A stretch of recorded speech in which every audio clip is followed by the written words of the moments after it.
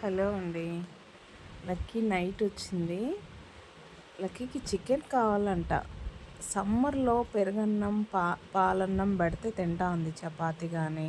ఒక్కోసారి పెరుగన్నం కానీ తినాలనుకోవట్లేదు, ఏమైందో ఏమో తెలీదు. పెరుగన్నం కూడా తర్వాత ఆలోచించి తింటుంది మేడంగారు. లేకపోతే సమ్మర్ కదా, ప్రెగ్నెంటు, పెరుగన్నం తింటే బాగుంటుంది కూల్గా అని.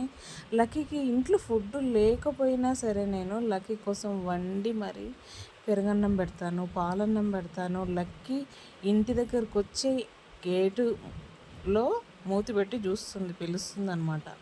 చూసి ఇంకా ఒకవేళ నేను పలకకపోతే ఇంట్లో లోపల ఉన్నాను అనుకో, మెట్ల మీద పడుకుంటుంది. ఇంకా ఆకలేస్తుందని పోయి లక్కీని చూసి నేను ఫుడ్ పెడతానండి. ఒక పూట కాదు, ఆమెకు ఉంటే 3-4 పూటలైనా తింటుంది లక్కీ తల్లి.